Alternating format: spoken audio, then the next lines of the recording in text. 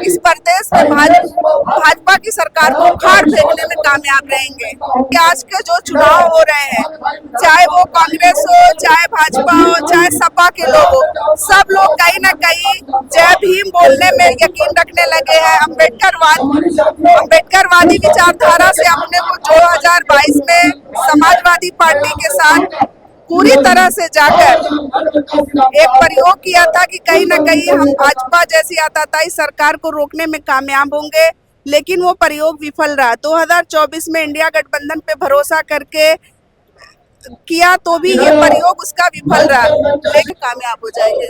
बहन जी, सर्व समाज की बात कर रहे हैं, लगातार ब्राह्मण समाज, मुस्लिम समाज ज्वाइन हो रहा है। क्या लगता है क्षेत्र में वाकई में ब्राह्मण मुस्लिम सर्व समाज के लोग बसपा के साथ जा रहे हैं?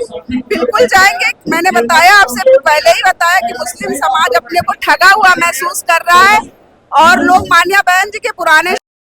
नमस्कार, आप देख रहे हैं हिंदुस्तान न्यूज। अभी हम मौजूद हैं उत्तर प्रदेश के मऊ के मोहम्मदाबाद कोहना विधानसभा सीट पर। बहुजन समाज पार्टी की आज बड़ी रैली है। हमारे साथ बातचीत करने के लिए बहुजन समाज पार्टी में भाईचारा, मुस्लिम भाईचारा को देख रही है पूरे आजमगढ़ मंडल को सबिया अंसारी की लोकसभा पूर्व प्रत्याशी रह चुकी है। इनसे जानने का प्रयास करेंगे क्या कुछ कार्यक्रम का पूरा विस्तार से कार्यक्रम को आयोजित किया गया। आज बहुजन समाज पार्टी यहाँ पर बड़े कार्यक्रम की रैली कर रही है, जानने का प्रयास करेंगे।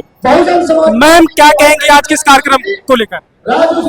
देखिए, आज अहमदाबाद की कोहना की इस विधानसभा में कार्यकर्ता सम्मेलन के साथ साथ प्रभारी प्रत्याशी की घोषणा होनी है। कुछ देर में हमारे मुख्य अतिथि जी आएंगे और कार्यक्रम की विस्तार पे बात रखेंगे। और जहाँ तक मान्या बहन जी ने मुझे बहुजन समाज पार्टी का मंडल प्रभारी आजमगढ़ मुस्लिम भाईचारा की जिम्मेदारी दी है और मैं अपनी जिम्मेदारियों को पूरी ईमानदारी के साथ पूरे मंडल में निभाने की कोशिश कर रही हूँ और इसका परिणाम बहुत अच्छा मिल रहा है कि निश्चित रूप से हमारा समाज बहुजन समाज पार्टी से जुड़ रहा है और आने वाले दिनों में 2027 में बहुजन समाज पार्टी की पूर्ण बहुमत की सरकार बनाएगा। बहन जी ने मैम आपको जिम्मेदारी दी है मुस्लिम भाईचारा को जोड़ने के लिए। क्या लगता है 27 को लेकर मुस्लिम दलित का जो गठजोड़ है, कितनी सफलता आप लोग आजमगढ़ मंडल पूरे उत्तर प्रदेश में पाएंगे? बिल्कुल, हमारा समाज कहीं ना कहीं आज सबसे ठगा हुआ समाज अपने को महसूस कर रहा है कि हर दल उसके साथ कहीं ना कहीं ठगी की है। हमारे समाज ने 2022 में समाजवादी पार्टी के साथ पूरी तरह से जाकर एक प्रयोग किया था कि कहीं ना कहीं हम भाजपा जैसी आताताई सरकार को रोकने में कामयाब होंगे, लेकिन वो प्रयोग विफल रहा। 2024 में इंडिया गठबंधन पे भरोसा करके किया तो भी ये प्रयोग उसका विफल रहा, लेकिन अब कहीं ना कहीं हमारे समाज पूरी तरह से बहुजन समाज पार्टी पे की तरफ देख रही है और उसे पूरी उम्मीद है और वो अपना 100% देने को तैयार है। और निश्चित रूप से बहुजन समाज पार्टी के पास एक ऐसा समीकरण है कि उस समीकरण, उस फार्मूले को हम लोग लागू करके यूपी में 2027 में सरकार बनाएंगे और मान्या बहन जी को 5वीं बार मुख्यमंत्री बनाएंगे। आजमगढ़ में मैम समाजवादी पार्टी की पूरी सीटें हैं। क्या लगता है 2027 में बहुजन समाज पार्टी आजमगढ़ में अपना खाता खोल पाएगी? बिल्कुल, देखिए, निश्चित रूप से मैंने बताया आपको 2022 में समाजवादी पार्टी के पास तमाम दलों का गठबंधन था और कहीं ना कहीं मुस्लिम समाज ये बात सोच रहा था कि समाजवादी पार्टी उत्तर प्रदेश में भाजपा जैसी आताताई सरकार को रोक पाएगी। अब उसके साथ तमाम दलों का गठबंधन था और हमारे समाज ने पूरी तरह से अपना 100% देने की कोशिश किया। बेशक हम 10 सीट वहाँ पर समाजवादी पार्टी जीतने में कामयाब हो गई, लेकिन वो सरकार नहीं बदल पाई। तो अब बहुजन समाज पार्टी का जो समीकरण है कि हर विधानसभा में आज के डेट में भी 48 से 50 हजार वोट मौजूद है। हमारा समाज सिर्फ 25 से 30% वोट अगर बहुजन समाज पार्टी को 2007 के तौर पे अगर देता है तो हम निश्चित रूप से इस प्रदेश में भाजपा की सरकार को उखाड़ फेंकने में कामयाब रहेंगे।